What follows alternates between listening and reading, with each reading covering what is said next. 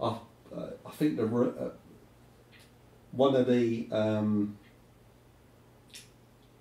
one of the first games that I played was actually Pong, and I can't think of the. I think it was a ColecoVision that was on, but I could be wrong. It was it had basically looks like a controller, like a TV controller, massive version of it. It had a little knob on, and it had buttons like a dial pad, and you would move it would be basically tennis. Yeah. And you'd move the blocks up and down either side, and you'd have this little square going backwards and forwards. Exactly. I'm pretty sure everyone knows what Pong is. Even people that don't know what Pong is know what Pong is. Yeah. It's like one of the first. It was like the first big ever mainstream game, wasn't it? Yeah. But I did play other games to like go on Space television Raiders, anyway. Yeah. Like Space Raiders and stuff like that. Space Raiders, they're crisps, isn't they? Is it Space Invaders? Space Invaders, sorry. Space Raiders. Didn't you make a car? They were crisps, weren't they? Yeah, they were little wheels, weren't they? Space Invaders, sorry.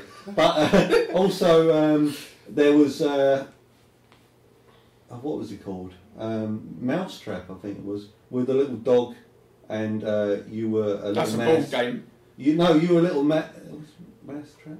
I don't know. You were a little mouse, and you were running through these little doors that would open, and you had to get away from the dog. Oh no! I was thinking of Spy vs Spy, but that's not. That was another game that I played as a kid. Was that one? That was on the Commodore 64. I had Spy vs Spy 2. I remember that as a kid playing it with my brothers and all that. And what you had to do, the premise of the game, was that you'd start off. It would be a side-scrolling game. You'd have like one area, and you'd walk from one area to the other. It would be split screen. One's as well. white, one's black. Yeah, and you would try and get to your little rocket, and along the way, you would put down little traps, like you'd saw into the ice, so that when the other spy would come across, he would fall into the cold water and turn into an icicle, and that would slow him down. And so you would set up traps like these. So that you would get further ahead than your enemy would to get to this rocket to fly off. Where to, I do not know. But I do know that Spy vs Spy was also featured in an episode of Family Guy. Oh. There you go. Yeah, but I've also, like I said, I grew up with this, so I merged into the Commodore 64 and then the SNES, and I played I didn't play the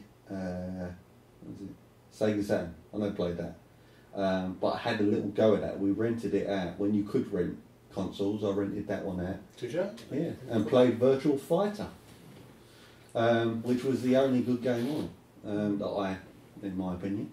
But I did play I bought the N64 purely for GoldenEye.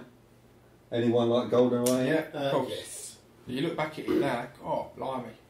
But yeah, it hasn't aged well. It hasn't aged well at all. No, but I remember going around to my school friends' houses and playing that, and I remember playing it with my brothers as well. And I'd swear, and my dad would come in and drag me out by the back of my shirt, literally pull me up off the floor and chuck me in my own room, because I'd be playing in my brother's room. And I'm thinking, what the fuck? I'm playing this game with my brothers. I own the console, I own the game. Why are you slinging me out? Obviously, it was for the swearing, but I don't give a shit. I was swearing. I was in the moment. Okay. You're swearing now. You're like, I don't sling you out. Yeah, I played that. I've gone into the PlayStation era, where probably a lot of our listeners probably started off as well. PlayStation 1, where I played the likes of the original Tomb Raider, which was epic for its time. I think that was one of the first 3D games. Where you could lock the butler into the room.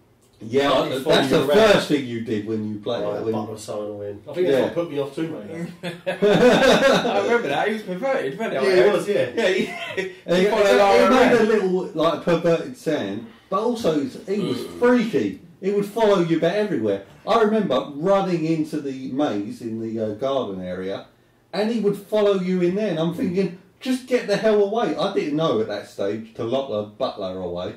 But I would have definitely done that. I think I did that later on. But but the first thing, I used to run away from him all the time because he was so bloody scary himself. You turned around and he was there again. Yeah. It's like Slender Man. Slender Man, yeah. So I remember that, but I mean, the PlayStation 1 had some great games. It had the original, well, not the original, but it had Metal Gear Solid, which was a great game. I think the best of the Metal Gear series. But it had Grand Theft Auto as well. That got released on that. It was, for its time, I remember seeing better looking games, but the actual gameplay was brilliant. I've loved it. I didn't think I thought GTA London was brilliant as well. It was, yeah. But I didn't like GTA 2. I've got all three in the PS1 box set at home still. All right. Yeah, I've still got them. GTA 1, London, and 2. And 2 went to the sci-fi, futuristic looking. Yeah, I didn't like it. Lovely graphics for its time, but it was not the same game. It's just like running over the monks. You get them all in one go. It says Garanga. They all wore orange shirts or something. Yeah, that's it. Hare Krishnas. Yeah. So yeah. And then I moved on to like the PlayStation 2. That was my next console. I didn't really get into the Xbox. Never been interested in the Xbox much. So I moved on to the PlayStation 2, and then played games such as Metal Gear Solid 2. There was Grand Theft Auto Vice City, which is one of my most favourite Grand Theft Auto games. I thought that Tony Facchetti, Tommy Facchetti was Vice City, one of my most favourite characters of the Grand Theft Auto series. Well, the first one, he didn't talk, but his name was Claude, apparently. Yeah, they gave him a name later on. In Grand Theft Auto 3. I think didn't they give him that name after when Grand Theft Auto San Andreas come out? Because he was featured in Grand Theft Auto San Andreas. Yeah. You played an episode where you played the mission, where you had to race against some of these hotheads. Oh yeah, and a crazy woman. Yeah. The hills. He was right far away from any civilization. And you had to go around the big bloody mountains. Exactly. To get and you would race Claude. I remember that. I think that was San Andreas was set before GTA 3, so he would then go off and do GTA 3. Right. But Vice City was my most favourite game of the series, purely because of the music. I love the music of soundtrack. It's mine. I was born in the 80s. I grew up in the late 80s and early 90s. It had it had some of the best characters in it. I think there was a gentleman called Paul in there as well. He was a right Londoner, spoke like a proper Cockney. So he was a standout character in it. But then I moved on to the PlayStation 3, where you had games such as Uncharted, which I think revitalised the series for like the Tomb Raider style game. Until Tomb Raider come out. Yeah, well, I've not played the new Tomb Raider, but I thought that the Tomb Raider games that had been made were started to get a bit boring, and I think they were done by Core Design, and they just started to churn them out every year like Call of Duty, and they lost their appeal for me, so I tended not to play them. And Angel of Darkness got one of the worst reviews.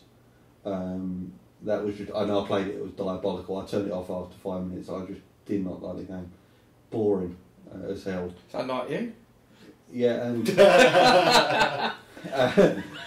and the actual movement, it just felt stiff moving. I had played I had recently played the Tomb Raider trilogy I got, and that had Legend, Anniversary and Underworld, and the way you moved Lara Croft was far superior, and I really enjoyed what they did with Anniversary.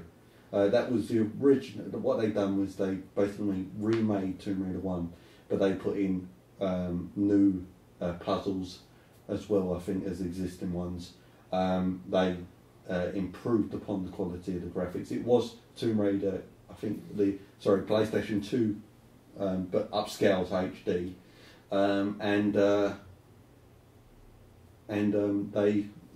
I think that they revoiced the character as well. It was done by a different voice actress. I think it was pretty good. I enjoyed it. I think it lasted me about 15 hours of gameplay I played. But I'm sure people who can play games better probably would have gone through that. Everyone plays differently. So I know you like Tomb Raider as well, didn't you? Only the new version. Oh, right. So, I mean, probably my views ain't going to go over well here, but I've never liked being a woman in a game. Really? That's what put me off. When I was a kid, it put me off first of all. Same as Perfect Dark. I loved the game, but the fact that I was Joanna Dark, I was like, oh. Going from Bond, because they were both obviously made by Rare. Yeah. Going from being James Bond to being some random. See, I never played Perfect Dark, but I got told that it was like a remake of GoldenEye. It was a really good game, and I bought the HD version on Xbox. Yeah, I did. Yeah. 360, and I couldn't play it. I didn't get very far with it. I just got. It was too classic for me, if you know what I mean. And like you say, it's just reminded me of. This is the problem with remakes. Is that they upscale the quality of the graphics. This was totally remade and don't touch the actual control system. No, the control system was. I like the control system. I thought it was good. Nice. I really enjoyed the game. I remember like Perfect Dark. I remember if you ever hold an N64 pad now, it's so difficult. Yeah, it is. Because you didn't have. You had one stick, and the look around was buttons like a D-pad. Mm. Do you remember? It was the yellow buttons, the C buttons, weren't they? Yeah. I think they were called. Yeah, they were the C buttons, yeah. Yeah, and you had to, and back in the day, the N64 controller was massive, I remember. It was really big. I don't think I ever played a game where you held it like that, properly, how you would hold a pad. You always held it on the joystick and on your hand on the side, one key. Mm. Yeah. There was no need for that top D-pad bit. Yeah. On the left. I mean, at its time it was fine because it was a step up. It's like an evolution of the controllers because you went. Yeah, as soon as analog came along and digital. But then they went back to sort of the old style controllers. And of course, you go back to it now and you think, how did I play games like this? Do you know that analog was out in the SNES days? It's just that it was an attachment, so you would attach it to the D-pad. I remember that. Yeah, but obviously it was one of these Nintendo things. It was like a third-party thing, I think. Oh, was it? But you'd attach it to the D-pad, and you even had these gaming machines with the joysticks in. So you had different styles of gamepads back then. So they aren't as new as you'd think they are. They've been around for a while, but they first got introduced in the likes of the N64 and PlayStation 1 days. Yeah. So I've been playing through Tomb Raider and really enjoyed that. I thought that it was they've improved a lot on the game controls, controlling her. But I've also enjoyed games like, I'm just trying to think of other games that I play. Red Dead Redemption, fantastic game. Brilliant game. Rockstar. The only other Wild West game that I've played and thoroughly enjoyed was Desperados Wanted Dead or Alive. That was kind of like following along the lines of Commandos, if you ever played that. Not played it. So that was on the PC. I really, really enjoyed it. One of my most favourite games of all time that I played. I really, really enjoyed it a lot. Great characters. It controlled more of a strategy game, top-down, eagle-eye view. You would hide out of the vision of the guards, and you would have certain abilities for each of the characters. For example, there was a lady in it who would, I think, throw cards out, and she would talk. She also did this leg movement where she would entice the guards to come across, and then your character Cooper would just knock him across the back of the head to, knock him unconscious.